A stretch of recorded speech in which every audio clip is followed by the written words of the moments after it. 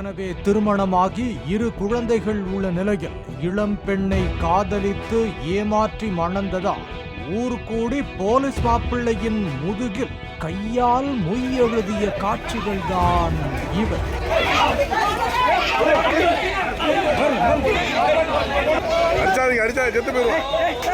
குமரி மாவட்டம் நித்திரவிளை பகுதியைச் சேர்ந்த இளம்பெண் ஒருவர் எம்.காம் CA படித்து முடித்துவிட்டு மார்த்தாண்டத்தில் உள்ள ஒரு தனியார் ஆடிட்டிங் அலுவலகத்தில் பணிபுரிந்து வருகிறார்.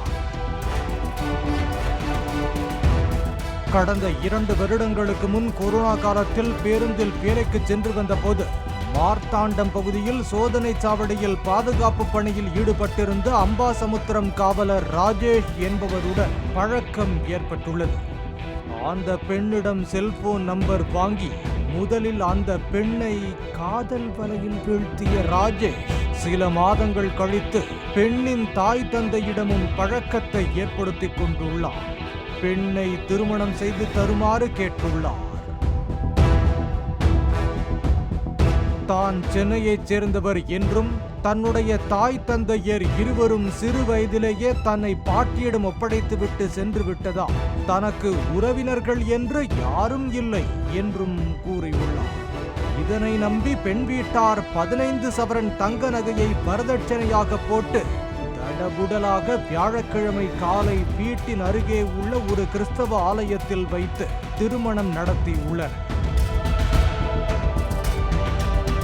திருமணம் முடிந்து விருந்துக்கு மணமக்கள் இருவரையும் வீட்டிற்கு அழைத்து வந்த நிலையில் மணப்பெண்ணின் வீடு அருகில் வசிக்கும் பெண் காவலர் ஒருவர் ராஜேஷை அடையாளம் கண்டு கொண்டார். உங்களை எங்கேயோ பார்த்திருக்கேன் என்று அவர் கூற, தான் சென்னையில் உள்ள காவல் நிலையத்தில் எழுத்தராக வேலை பார்த்து வருவதாக கூறி நழுவியுள்ளார் ராஜேஷ்.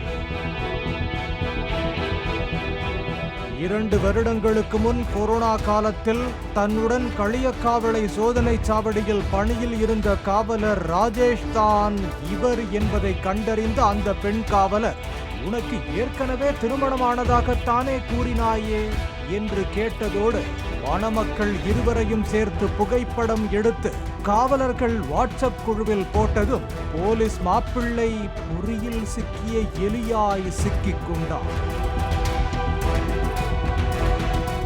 ராஜேஷுக்கு ஏற்கனவே திருமணமாகி மனைவியும் 2 குழந்தைகளும் உள்ளது. குடும்பத்துடன் மணிமுத்தாறு கேம்ப் காவலர்கள் தங்கும் விடுதியிலேயே வசித்து வரும் நிலையில் இளம் பெண்ணை ஏமாற்றி திருமணம் செய்தது அம்பலமானது. தான் ஏமாற்றப்பட்டதை உணர்ந்த பெண் அழுது தவிக்க பெண்ணின் உறவினர்கள் நித்திரைவிளை போலீசாருக்கு தகவல் தெரிவித்தார். சம்பவ இடத்திற்கு வந்த போலீஸ் மாப்பிள்ளை ராஜேஷை காவல் நிலையம் அழைத்துச் செல்ல முயன்ற போது பெண்ணின் உறவினர்கள் ராஜேஷை சரமாரியாக தாக்கி நயப்புடைத்தனர்.